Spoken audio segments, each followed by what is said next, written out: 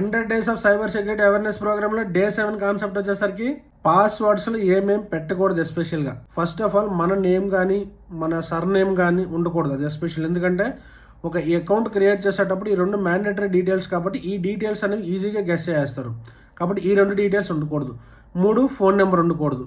Next 4th one ఏంటంటే మన relative names అనమాట. మన బ్రదర్స్ కావచ్చు, మదర్ కావచ్చు, ఫాదర్ కావచ్చు, సిస్టర్ కావచ్చు, లేకపోతే వైఫ్ కావచ్చు, కిడ్స్ కావచ్చు, వీళ్ళ పేర్లు ఎవరివి పెట్టకూడదు. నెక్స్ట్ మనం రెగ్యులర్గా యూజ్ చేసే గ్యాడ్జెట్స్ నేమ్స్ కూడా పెట్టకూడదు. అలాగే మనం రెగ్యులర్ యూజ్ చేసే బైక్ నేమ్ పెట్టకూడదు. బైక్ నెంబర్స్ కూడా పెట్టకూడదు.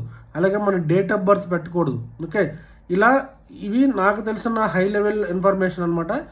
మన రెగ్యులర్ లైఫ్లో యూజ్ చేసే ఏ ఒక్కటి కూడా మన పాస్వర్డ్లో ఉండకూడదు. ఎందుకని అంటే హ్యాకర్ అనేవాడు మనతో ఉండే మన ఫ్రెండ్ కూడా అయి ఉండొచ్చు. ఓకే, ఈ పర్టికులర్ కేసులో ఏమవుతుందంటే మనం రెగ్యులర్గా యూజ్ చేసే ఇన్ఫర్మేషన్ ఏదైనా as a part of password అయింది అనుకోండి, మన ఫ్రెండే హ్యాకర్ అయితే ఈజీగా వాడు ఆ ఇన్ఫర్మేషన్ స్టోర్ చేసేయగలడు.